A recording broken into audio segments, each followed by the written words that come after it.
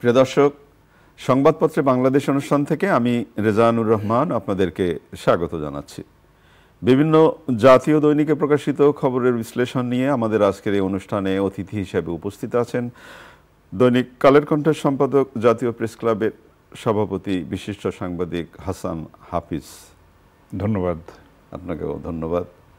প্রতিদিন পত্রপত্রিকার শিরোনাম পড়ি, কিন্তু আজকে শিরোনামটা পড়ব না এই জন্যে যে প্রায় পত্রিকার সব শিরোনাম একই রকমের। সংস্কার কমিশনের রিপোর্ট এবং রাজনীতি নিয়ে কথা বলার রিপোর্ট আছে। যেমন প্রথম আলোতে শিরোনাম হয়েছে বিএনপির সংবাদ সম্মেলন, কারো এজেন্ডা যেন সরকারের কাজের অংশ না হয়, স্থিতিশীলতা বিনষ্টের কোনো কর্মকাণ্ডকে প্রশ্রয় নয়, সালাউদ্দিন আহমেদ বলেছেন। এবং জামাতের মোহাম্মদ তাহের বলেছেন কোনো অনাকাঙ্ক্ষিত ঘটনায় পরিস্থিতি যেন সংঘাতময় না হয়। আরেকটি 11 হতে দেব না, নাহিদ বলেছেন। এবং ভূ রাজনীতি আওয়ামী লীগকে প্রত্যাবর্তন করতে চায়, এটা হলো মাহমুদুর রহমান মান্নার মন্তব্য। এবং নুরুল হক বলেছেন এমন কিছু করা ঠিক হবে না যা বিভক্তি তৈরি করে। এবং একই সাথে কালের কণ্ঠে যে শিরোনামটি হয়েছে দ্রুত সংস্কার ও নির্বাচনের পথে সরকার। তাহলে এই যে প্রথমে আমি এতগুলো আলোচনা শিরোনাম পড়লাম এবং একই সাথে দ্রুত সংস্কার ও নির্বাচনের পথে সরকার, সম্ভাবনা কতটুকু?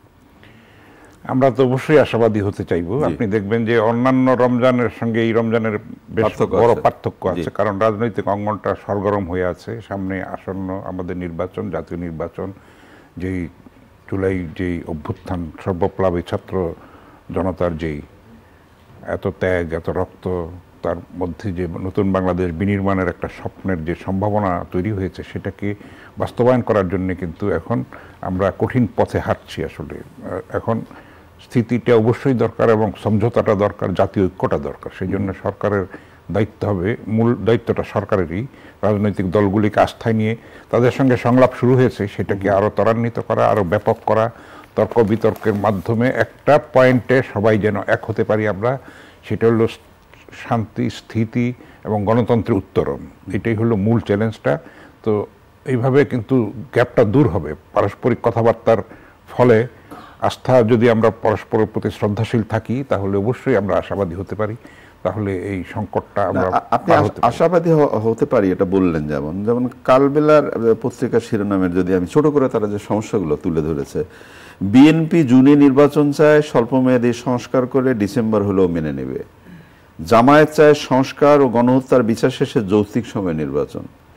এনসিপি চায় আগের সংস্কার, গণহত্যার বিচার, গণপরিষদ ও স্থানীয় সরকার নির্বাচন।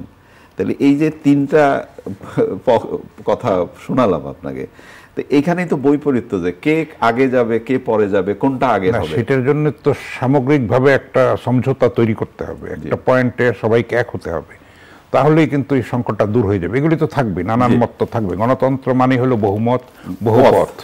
তার মধ্যেও একটা পয়েন্টে সবাইকে এক হতে হবে। কতগুলি জরুরি ভিত্তিতে সংস্কারটা তো একটা চলমান প্রক্রিয়া, সংস্কার তো একদিনে শেষ হয়ে যায় না।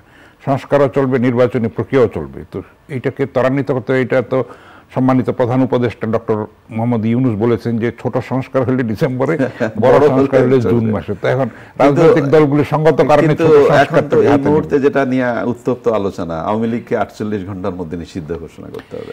না, এখন কোনো কিছুর মধ্যে তো আমাদের আসলে উগ্রতার পরিচয় দেওয়াটা ঠিক না। একটা ইনক্লুসিভ নির্বাচন হতে হবে, সেটা ভারতও চাচ্ছে, আন্তর্জাতিক বিশ্বও চাচ্ছে। কিন্তু তার আগে আওয়ামী লীগের যেই মিসডিডস আছে, যেই অন্যায় আছে, অবিচার আছে, শোষণ আছে এবং লুণ্ঠন আছে, গণহত্যা আছে, মানবতার বিরুদ্ধে অপরাধ আছে, সেটার বিচারটা হতে হবে অতি অবশ্যই। না হলে কিন্তু এটা গ্রহণযোগ্য হবে না। তো সেটা যত স্বচ্ছতার সঙ্গে আন্তর্জাতিক মানসম্পন্ন একটা বিচার আমরা করতে পারি, তাহলেই কিন্তু বাধাটা থাকে না। তো বিচারটা আগে হতে হবে, এটার ব্যাপারে সবার একমত হওয়া উচিত, কারণ তারা এখনো পর্যন্ত ক্ষমা চায়নি। এটা কোনোভাবে গ্রহণযোগ্য হতে পারে না। অনেক ধন্যবাদ। গণমাধ্যম সংস্কার নিয়ে কমিশন যে গঠিত হলো, তারা গতকাল রিপোর্ট দিয়েছে এবং সাংবাদিকতার সুরক্ষা আইন করার সুপারিশ করেছে। এবং প্রধান উপদেষ্টা বলেছেন এখনই বাস্তবায়নযোগ্য সুপারিশ যতটা করা যায় সেটা কার্যকর করার উদ্যোগ নেওয়া হবে। কি মনে হয় আপনার? সুপারিশগুলি তো খুবই ভালো, কিন্তু বাস্তবতার সঙ্গে সেগুলির তো অনেক ফারাক আছে, তাই না? আপনি দেখুন, মিনিমাম বেতন যদি 35,000 টাকা দিতে হয়, তাহলে বিসিএস ক্যাডারের সাথে তাহলে বহু, কারণ সবগুলির মান তো একরকম না, সেগুলিকে নিয়ন্ত্রণ করাটাও আবার গণতন্ত্রের বিরোধী, কণ্ঠরোধ করা যাবে না, অনেক সমস্যা আছে। কিন্তু এটা খুবই স্পর্শকাতর একটা ক্ষেত্র, মানে সেখানে যদি হস্তক্ষেপ করে তাহলে আন্তর্জাতিক বিশ্বে আমাদের ভাবমূর্তি নষ্ট হবে, বলবে যে সংবাদপত্রে কণ্ঠরোধ করছে, মত প্রকাশের স্বাধীনতা দিচ্ছে না, বাক স্বাধীনতা ব্যাহত হচ্ছে। আবার আপনি মানসম্পন্ন খবরের কাগজ কয়টা আছে, কয়টা মিডিয়া আছে, তাই না? সেগুলিও তো নিয়ন্ত্রণ করা দরকার, মানটা একটা দরকার। তো একটা চেঞ্জ তো আমাদের আসলে লাগবে, কিন্তু সেটা বাস্তবতার সঙ্গে মিল রেখে করতে হবে। ঈদে আমার মনে হয় আপনি আমার সাথে আপনি একমত হবেন, আমরা সাংবাদিক, মাঠের সাংবাদিক হিসেবে যখন কাজ করতাম, প্রায় প্রতি ঈদেই লেখা হতো এবারে ভোগান্তি হবে যাতায়াতে, দীর্ঘ ছুটির মধ্যেও এই ঘটবে। কিন্তু এবার যেমন একসাথে 9 দিনের মতো বোধহয় ছুটি ঈদের, কিন্তু লম্বা ছুটি তো ভোগান্তির সংখ্যা প্রথম আলো শিরোনাম করেছে, এবং তারা বলছেন যে ঢাকা রংপুর মহাসড়কের দুই পাশে অবৈধ দখলদার ঢাকা সিলেট মহাসড়কের কাজ শেষ না হয় ভোগান্তির সংখ্যা। আমার প্রশ্নটা হচ্ছে যে ঈদে তো এইরকম একটা ঘটনা ঘটতে পারে, তাহলে আগে থেকে কেন আমরা একটু সেটা তো একটা, আপনি এত স্বাধীন হয়েছে একটা দেশ 55 বছর, সেটার রাস্তাঘাট তৈরি হয় নাই, অদ্ভুত ব্যাপার না? একটা 4 লেন হইতে মানে একটা কিয়ামত পর্যন্ত চলতে থাকবে নাকি? এটা তো একটা কোনোভাবে গ্রহণযোগ্য না। তার মানে হলো আমাদের রাজনীতিকদের মধ্যে দেশপ্রেমের অভাব আছে, অঙ্গীকারের অভাব আছে, তারা খালি ক্ষমতাই কুক্ষিগত করে রাখতে চায়। আপনি বললেন রাজনীতিবিদদের মধ্যে দেশপ্রেমের অভাব আছে, যারা শুনছেন তারা কি স্বীকার করেন?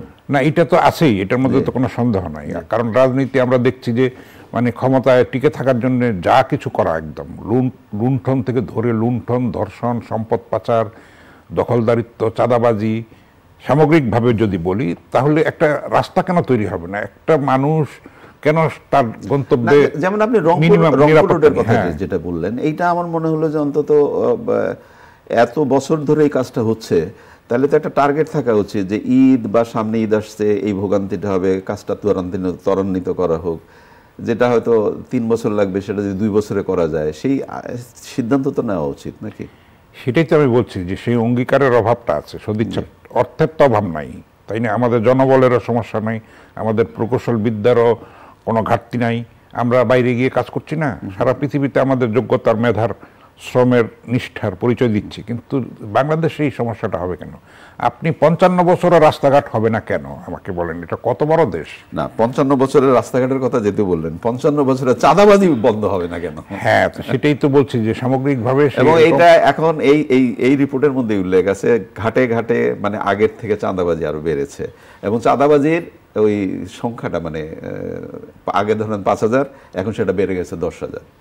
তাহলে এইটা কি দাঁড়ালো? সেটা উৎসে যে আপনার উৎপাদক, যে চাষি, যারা এত জীবন পাত করে আমাদের উৎপাদন করছেন, আমাদের লাইফ লাইন হলো তারা কিন্তু ন্যায্য মূল্য পাচ্ছেন না ফসলের। আলু নিয়েই আপনি দেখেন কত সংকট, একটা মাথায় হাত। এরপরে তো আলু চাষে যাবে না, তাই না? আপনি এটা এইবারে আলু চাষিরা যেভাবে বিপাকে বললো, তাতে আগামী বছর হয়তো অনুৎসাহিত হবে অনেকেই। অবশ্যই। তাহলে এই যে আগামী বছর আবার আমরা আলু নিয়ে হাহাকার করবো, যে আবার বিদেশ থেকে আনতে হবে, তো সেখানে একটা পরিকল্পনার অভাব আছে আসলে, তাই না? একটা সুপরিকল্পিত একটা নীতিমালা দরকার, সেটাকে বাস্তবায়নের জন্য কঠোর একটা শাসক দরকার, প্রশাসন দরকার, সৎ একটা নেতৃত্ব দরকার। সেটাই আমাদের সমস্যা আসলে। সৎ নেতৃত্ব এবং সততা নিয়েই তো আসলে কথা হচ্ছে আমাদের। আজকে একটি পত্রিকার শিরোনাম দেখলাম, করতোয়া, দৈনিক করতোয়া, বগুড়া থেকে বেরোয়। সেই পত্রিকাটা একটা শিরোনাম করেছে, সুন্দরবনের 3 একর জুড়ে আগুন। কেন এই প্রসঙ্গটা আপনার সাথে আলাপ করতে চাচ্ছি, এই অনুষ্ঠানে সুন্দরবনের আগুন নিয়ে আমরা কথা বলেছিলাম। সুন্দরবন আমাদের কতটা মানব ঢাল হিসেবে ব্যবহার করে, সেই ঘূর্ণিঝড়ে কিভাবে আমাদেরকে বাঁচায়, সব কিছুই আমরা জানি। সেই সুন্দরবনে 3 একর পুড়ে যায়, একবার পুড়ে গেল, তারপরেও আমরা সচেতন হলাম না যে সুন্দরবন পুড়ে গেলে কি হবে। আমরা তো সেটা রক্ষা করতে পারছি না। বিশ্বের বৃহত্তম ম্যানগ্রোভ বন হচ্ছে সুন্দরবন। আপনি দেখেন ভারতেও যেই অংশটা পড়েছে, আমাদের থেকে তাদের কম, কিন্তু সেখানে বাঘের সংখ্যা বেশি, সেখানকার সংরক্ষণটা আমাদের থেকে বেশি। সত্য কথা যেটা, আমরা তো সেটা সেভাবে রক্ষা করছি না। আমরা বনকে ধ্বংস করছি, চুরি করছি, বন্যপ্রাণী নিধন করছি, উজাড় করে ফেলছি বনকে, তাই না? তো সেখানেও আমি সবকিছুর মূলে কিন্তু রাজনীতি। সেখানে আপনার সদিচ্ছাটা লাগবে, অঙ্গীকারটা লাগবে, সততাটা লাগবে, দেশপ্রেমটা লাগবে, তাহলেই কিন্তু সবকিছুর মূলে রাজনীতি। এখানে আপনি কিন্তু প্রশাসক দিয়ে, আমলা দিয়ে এটা করতে পারবেন না। দেশ চালাবে রাজনীতিকরা, তো তাদের মধ্যে যদি সেরকম ঐকান্তিক একটা আগ্রহ থাকে দেশকে রক্ষা করার এবং বিকশিত করার, আরও এগিয়ে নিয়ে যাওয়ার, তাহলেই কিন্তু সমস্যাগুলি আর থাকে না। ছোটোখাটো ভুলভ্রান্তি, মতভেদ এগুলি তো থাকবেই, সেগুলি পার হয়ে একটা জাতীয় ঐক্যমত্যে কেন আমরা পৌঁছাতে পারছি না, এটাই হলো আমাদের বড় সংকট। জাতীয় ঐক্যমত্যের কথা বললেন, সেটাই আমরা শুরুতে আলোচনা করেছিলাম যে দেশের যে বর্তমান পরিস্থিতি তাতে সবকিছু মিলিয়ে দেশ আগে, এবং সেই জায়গা থেকে একটা ঐক্যমত্য খুবই জরুরি দরকার, তাই তো মনে হয় নাকি? অবশ্যই অবশ্যই, সেটা কিন্তু এখন যত দিন যাচ্ছে সেটা জরুরিভাবে অনুভূত হচ্ছে। এখন যে সাম্প্রতিক অস্থিরতাটা আছে সেটাও দূর করার জন্য কিন্তু পারস্পরিক শ্রদ্ধাশীলতাটা লাগবে, ধৈর্যটা লাগবে, সংযমটা লাগবে, সহিষ্ণুতাটা লাগবে, এবং অন্যের মতকে সম্মান করতে হবে। অনেক ধন্যবাদ আপনাকে।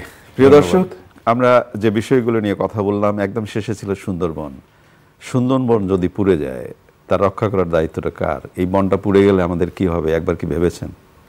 ভালো থাকবেন। আগামীকাল নিশ্চয়ই এই সময় আবার কথা হবে। খোদা হাফেজ।